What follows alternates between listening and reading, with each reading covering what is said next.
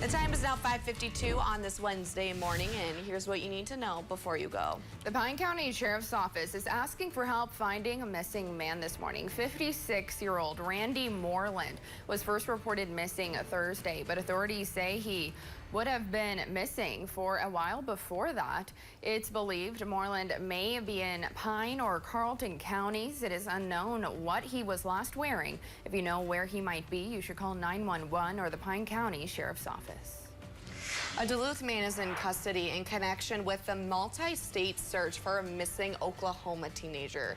The Ottawa County Sheriff's Office in Oklahoma asked for the public's assistance as they searched for the 16-year-old girl last seen the night of May 1st.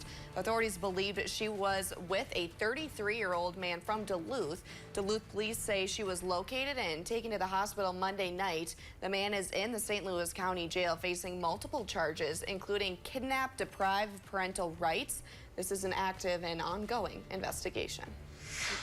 The Superior City Council have welcomed two council vice presidents to the table in an unusual move. On Tuesday, the Superior City Council voted in to have co-vice presidents. Last month at the swearing-in ceremony, the council elected Lindsey Grasky as council president. However, the decision for vice president was postponed to last night. And again, it was not an easy choice. After much back and forth, the council finally went into a secret ballot and passed what they call an incidental motion and elected Gardner Moffitt and Mike Herrick to serve as co-vice presidents.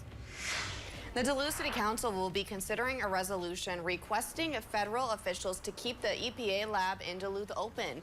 The resolution is on their agenda for Monday. The Trump administration has talked about closing such facilities, but Minnesota federal and state lawmakers have pushed to keep the Duluth Office of Research and Development in operation.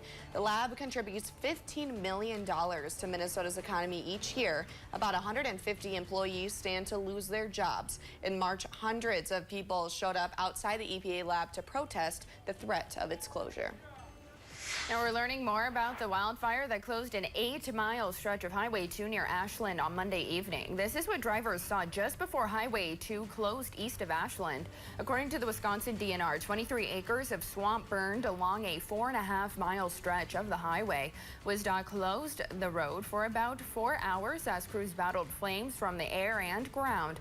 The DNR says 10 buildings were threatened by the flames, but the work of several departments saved them.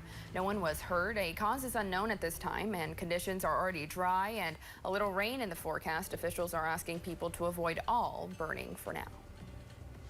After 1 year in business, the Palestinian restaurant in Duluth has closed its doors. Palestine had its last day of business on Saturday.